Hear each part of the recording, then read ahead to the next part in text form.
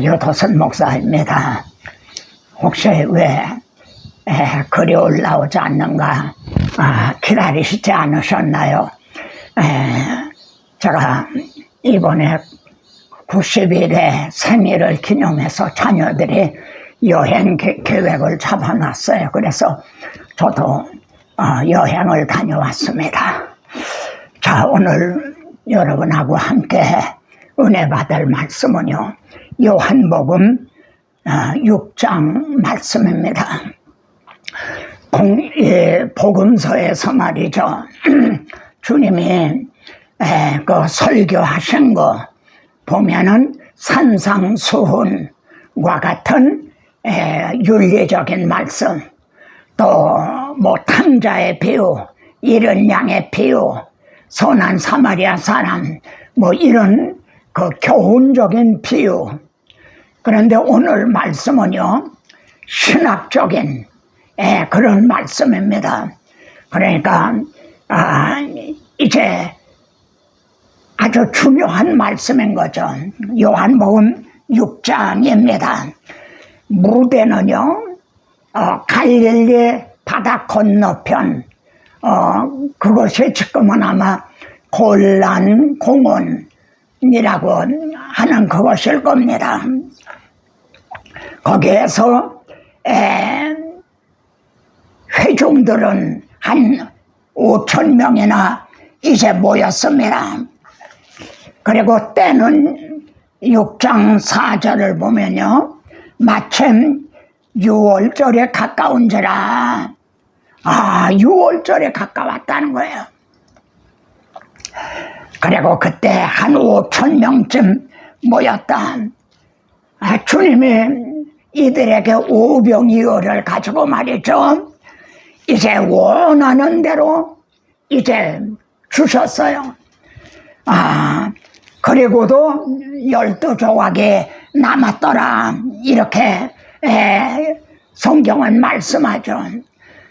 그 무리들이 말입니다, 이걸 이 표적을 보고 말이죠, 이분은 진실로 오실, 성경에서 말씀하신 그 오신 선지자다, 이렇게 말하면서 말이죠, 주님을 억지로 붙들어서 임금 삼으려 했다는 거죠. 그래서 주님은 어떻게 하셨나요? 혼자 산으로 말이죠, 올라가셨어요. 산으로 피해 가신 거죠. 여러분, 이때 제자들의 마음, 제자들의 반응은 어땠을까요? 아마 이렇게 생각했을는지 모릅니다. 참 이럴 때는 알다가도 모르겠어, 왜 무리들이 주님을 임금 삼으려고 하는데 때가 됐잖아. 근데 왜 주님은 피해서 가시는가? 도무지 이거 이해가 되지가 않아. 아마 제자들은 그렇게 못마땅하게 생각하면서 말이죠, 이해를 하질 못했을 거예요. 그러자 주님은 산으로 가시고요, 제자들은 배를 타고 다시 갈릴리 바다를 건너서 이제 오는 겁니다. 그러다가요, 큰 풍랑을 만났죠. 그래서 고전하고 있는데 주님이 물 위로 걸어오시는 거예요. 여러분, 이 표적은 말이죠, 5,000명 무리들을 위한 것이 아니라 바로 12 제자들을 위한 것이라, 이렇게 말할 수가 있습니다. 제자들의 마음에는 지금 불평불만이 가득하면서 주님도 안 계시고 저희들만 지금 노져서 오다가 큰 풍랑을 만나 고전하고 있는데 말이죠, 그 제자들을 격려하시기 위해서 말이죠, 제자들을 깨닫게 하시기 위해서 물 위로 걸어오시는 주님이 어떤 분이신가. 그래서 무대는 말입니다, 골란 공원 있는 갈릴리 건너편에서 이제는 이쪽 가버나움으로 이제 무대가 옮겨집니다. 거기에 떡을 먹은 사람들이 말이죠, 또 막 배를 타고 노를 저어서 이 주님을 쫓아왔어요. 주님께서 그들을 보시고 말이죠, 너희가 나를 찾는 것은 떡을 먹고 배부른 까닭임이라, 이렇게 말씀했어요. 이 말씀을 통해서 우리 자신이 말이죠, 나 자신이 주님을 지금 찾는 것은 무엇을 위해서 주님을 찾고 있는가? 나를 찾는 것은 너희가 떡을 먹고 이제 배부름이라. 그 무리들이 와가지고 말이죠, 주님 앞에 어제처럼 오늘도 떡을 먹여주십시오. 말하자면 그렇게 요구를 한 거죠. 그러면서 우리 조상들은 광야에서 매일 만나를 먹었나이다. 성경에 그렇게 기록이 돼 있지 않습니까? 그러니까 오늘도 떡을 좀 먹여주십시오. 이때 주님은 그때 출애굽 당시에 나른 만나는 너희 조상들은 그 만나를 먹어도 죽었잖냐. 내가 주는 이 떡을 먹는 자는 영원히 죽지 아니하리라, 이런 말씀을 합니다. 여러분, 요한은요 다른 공간복음 마태, 마가, 누가복음에서는 기사이적이라는 말을 합니다.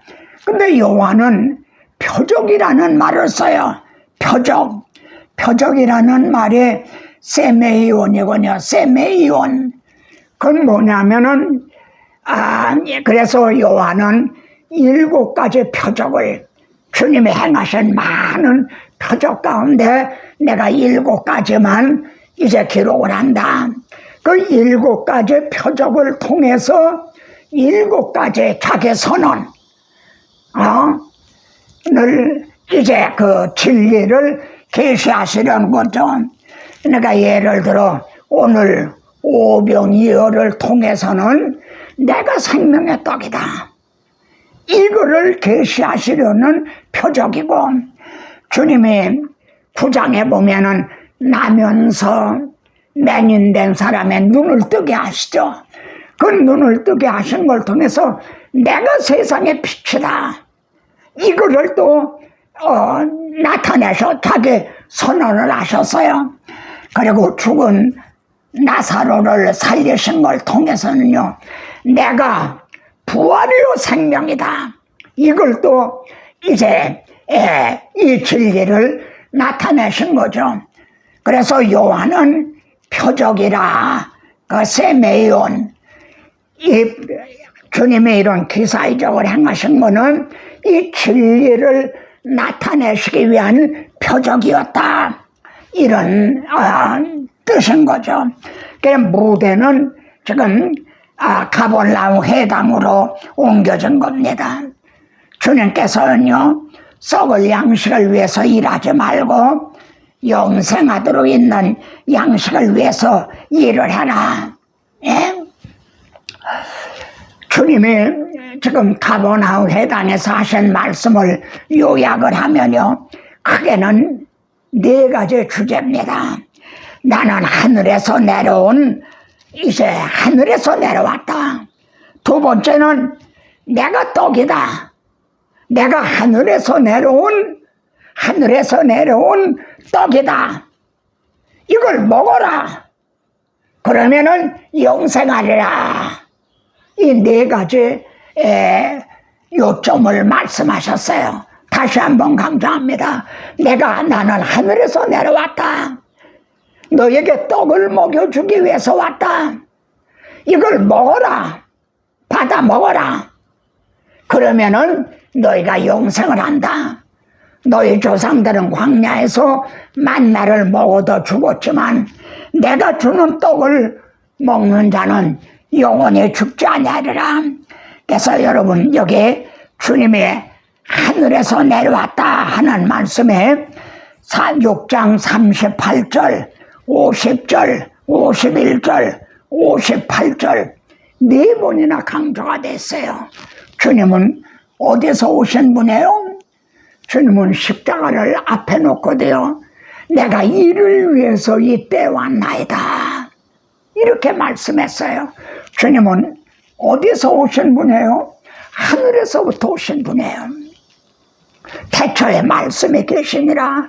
이 말씀이 하나님과 함께 계셨는데 이 말씀은 곧 하나님이시라. 근데 그 말씀이 육신을 입고 오셨다, 하늘에서 오셨다. 그리고 내가 떡이다 하는 말에 요한복음 6장을요 천천히 한번 관찰하면서 표시를 해가면서 한번 읽어보세요.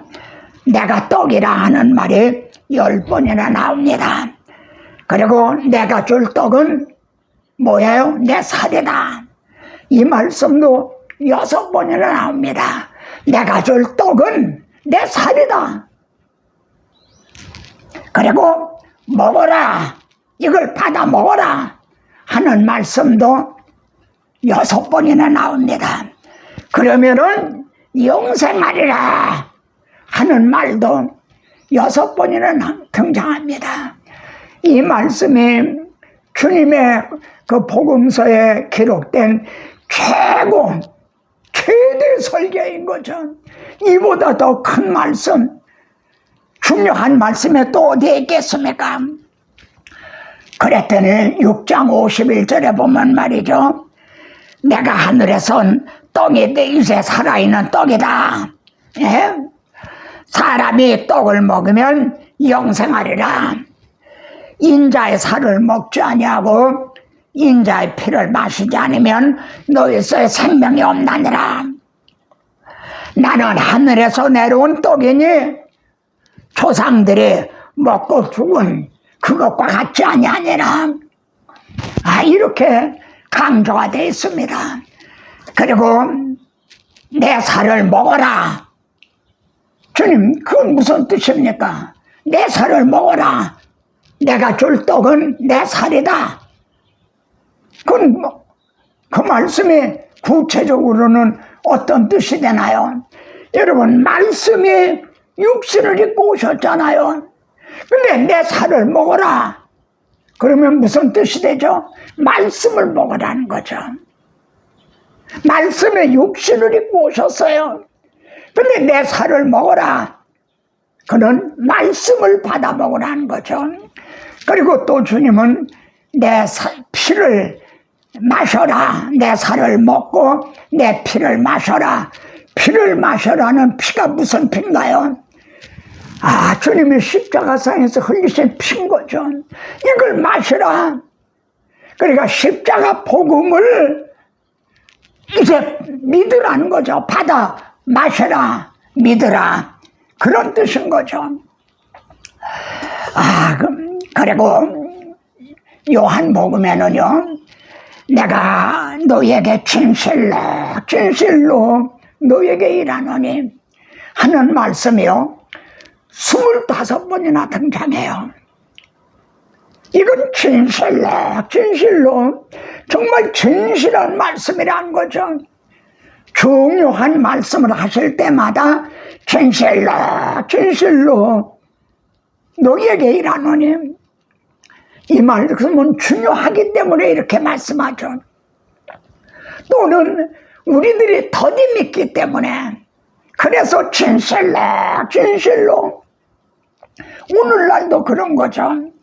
여러분, 그게 요한복음에는 25번이나 나오는데 오늘 본문 6장에서는요 26절, 32절, 47절, 53절 네 번이나 진실로 예? 베리리 실실자이자이 진실로 여러분, 이보다 더 진실한 말씀이 무엇이 있겠습니까? 그런데 두 가지 불신앙의 반응이 나타났어요. 주님이 하늘에서 내려왔다니까 그 무리들은요, 우리가 저 부모를 아는데 어떻게 하늘에서 내려왔다 하느냐? 요셉의 아들이 아니냐? 요셉과 마리아의 사이에서 태어난 자가 아니냐? 우리가 그 부모를 아는데 어째 하늘에서 내려왔다 하느냐? 여러분, 오늘날도 그러지 않습니까? 여러분이 아마 존경한다고 할 수 있을 정도로 한 보네포라고 하는 그런 신학자, 그런 목사님도요, 주님이 하늘에서 내려왔다, 처녀가 잉태하여 아들을 낳았다, 이걸 믿질 않아요. 교회 밖에 있는 사람이 아니라 교회 안에, 그것도 일반 성도들이 아니라 목회자들, 그리고 목회자들 중에서도 목사를 양성하는 신학 박사들, 이런 분들이 중에 이걸 믿지 않아요. 오늘날도요. 두 번째는 어떻게 떡이나 먹여주지, 내 살을 먹어라, 내 피를 마셔라, 이런 말을 하느냐? 여러분, 놀랍게도 오늘날도 그래요. 예수님이 우리들의 죄를 위해 대속제물이 되주셨다, 이걸 도살장의 신학이라고 비웃고 있어요. 이걸 믿지 않아요.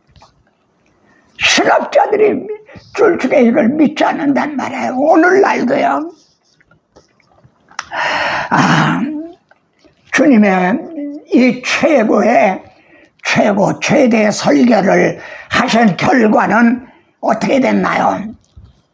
많은 사람들이 믿고 그랬나요?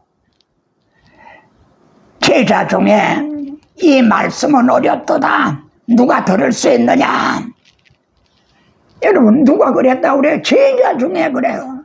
제자들, 그때 주님을 따르던 자들이에요. 오늘도 떡이나 먹여주시지, 내 살을 먹어라, 내 피를 마셔라, 이건 듣기 싫다는 거죠. 그리고 66절에 보면 말이에요, 그때부터 주님이 최대 설교를 하신 이때부터 제자 중에 많은 사람이 떠나가 버렸다. 그리고 다시는 주님을 따르지 않더라. 그러니까 주님의 복음서에 기록이 된 최대 설교를 하신 결과는 다 떨어져 나갔다는 거예요. 사람들이 모인 게 아니라 떡을 먹여주는 현장에는 5,000명이 있었는데, 나는 하늘에서 내려온 떡이다, 이걸 먹으면 너희가 영생하리라 하니까 다 떠나갔다는 거죠. 주님은 12 제자들 보고 너희도 가려느냐? 사도 바울은 디모데후서 4장 3절에서요, 때가 이르리니, 이런 때가 온다는 거죠. 사람이 이 복음을 싫어한다는 거예요. 자기 귀를 간지러줄 그런 사람들만 좋아한다는 거죠. 그런 때가 온다. 그때가 이때가 아닌지, 오늘이 아닌지. 자, 이제 마지막 이 말씀을 좀 간추려 보겠습니다. 마태복음, 마가복음, 누가복음, 요한복음, 복음 그러잖아요. 그러면은 오늘 말씀에요, 복음이 어디 있나요? 복음이 뭔가요? 자, 첫째는요, 내가 하늘에서 내려왔다. 이게 4번이나 강조됐죠. 내가 하늘에서 내려왔다. 그러니까 말씀의 육신을 입고 이 땅에 오셨다. 임마누엘이죠. 이게 탄생인 거죠. 탄생. 나는 하늘에서 내려왔다. 말씀의 육신을 입고 우리와 같은 육신을 입고 오셨어요. 두 번째는요, 왜 오셨죠? 내 살을 먹어라. 내 피를 마셔라. 나는 섬김을 받으러 온 것이 아니라 오히려 섬기러 왔다. 내 목숨을 대속 제물로 주러 왔다. 내 살을 먹어라. 내 피를 마셔라. 세 번째는요, 믿지 않잖아요. 그래서 주님은 이렇게 말씀했어요. 인자가 이전에 있던 곳으로 올라가는 것을 보면 너희가 어떻게 하겠느냐. 이거 6장 62절에 나옵니다. 인자가 이전 있던 곳으로 올라가는 것을 보면 무슨 뜻이죠? 주님이 우리 죄를 위하여 대속제물이 되시어 죽으셨다가 부활하고 승천하실 걸 말씀한 거죠. 이전 있던 곳, 아버지와 함께 있었던 그 있던 곳으로 올라가는 것을 보면 너희가 그때는 믿겠느냐? 그리고 네 번째는요, 내 살을 먹고 내 피를 마시는 자는 영생을 가졌다. 그런데 주목할 말씀이 있어요. 마지막 날에 내가 그를 다시 살리리라. 마지막 날에 다시 살리네. 여러분, 지금 우리는 구원을 얻었어요. 영생을 얻었어요. 믿는 자는 영생이 있고 믿는 자는 영생을 가졌고, 예? 우리는 영생을 얻었어요. 그런데 아직 완성된 거, 이게 나타난 건 아니란 거죠. 마지막 날에 다시 살리리라. 이거는 주님의 재림으로 의미하죠. 주님 재림하시는 날 우리의 낮은 몸이 주님의 영광의 몸과 같이 영화되는, 자, 이 네 가지 요소. 첫째는요, 내가 하늘에서 내려왔다. 성탄, 탄생이죠. 내 살을 먹고 내 피를 마셔라. 나는 이를 위해서 왔다. 내가 이전 있던 곳으로 올라가는 것을 보면 너희가 어떻게 하겠느냐. 부활 성천. 그리고 내가 너에게 영생이 있는데 마지막 날에 내가 다시 살리리라. 주님의 재림. 여러분, 이것이 복음인 겁니다. 그래서 요한복음 이렇게 말씀하죠. 6장 53절에서 진실로 너에게 이르노니 내 살을 먹지 아니하고 인자의 피를 마시지 아니하면 너희서의 생명이 없나니라. 두 가지를 질문합니다. 목사님, 사랑하는 성도들에게 주님이 진실로 하시면서 하신 말씀, 주님의 살을 먹여주고 주님의 피를 마시게 해주셨습니까? 만약 그렇지 않다면 그들에게는 영생이 없다, 생명이 없다는 거예요. 두 번째 질문은 나 자신은 주님의 살을 먹고 주님의 피를 마셨는가? 여러분 아시는 대로 구약 성경에서는요, 무슨 피든지 먹지 말아라. 누가 이제 창세기 9장에서도요, 레위기에서도 이걸 아주 거하셨죠. 피를 먹는 자는 끊어지리라. 절대 피를 먹지 말아라. 그렇게 거하신 하나님의 마음이 뭔가. 그런데 오늘 본문에서는요, 내 살을 먹어라, 내 피를 마셔라. 그래야 너에게 영생이 있다. 그래야 산다. 그렇지 않으면 너에게 영생이 없다. 바로 이것입니다. 하나님은 피를 먹지 못하도록 이것을 신성시 이렇게 하셨다가, 자기 아들의 피를 우리에게 주시기 위해서요. 여러분, 이게 하나님의 사랑이고 이게 주님의 은혜고 이것이 값없이 거저주는 이 복음인 겁니다. 그러면 마지막 말씀입니다. 내가 진정 주님의 살을 먹고 주님의 피를 마셨다. 그럼 어떻게 되나요? 사도 바울은 내가 그리스도의 심장으로 이런 말합니다. 여러분, 심장은 막 피를 고동치는 거 아니에요? 두근두근 고동치는. 그렇다. 나는 주님의 살을 먹고 주님의 피를 마신 자다. 내 심장에서는 주님의 피가 지금 고동을 치고 있다. 내가 주님의 심장으로 너희를 사랑하고 내가 주님의 심장으로 이 복음을 전하고 있다. 그리고 바울은 빌립보서에서요, 너희는 이 마음을 품어라. 곧 그리스도 예수의 마음이니, 이 마음심, 이게 심장, 피와 관련이 있거든요. 주님의 피를 마신 사람은 나는 주님의 마음을 품었다. 결론은 어떻게 됩니까? 하나의 미래 땅에 떨어져서 죽어서 많은 씨가 퍼졌다면, 이 예수 그리스도가 한 분이 죽으셔서 많은 사람의 구원을 얻었다면, 우리들은요, 여러분과 저는 작은 예수들이 돼야 마땅하다는 거죠. 아멘.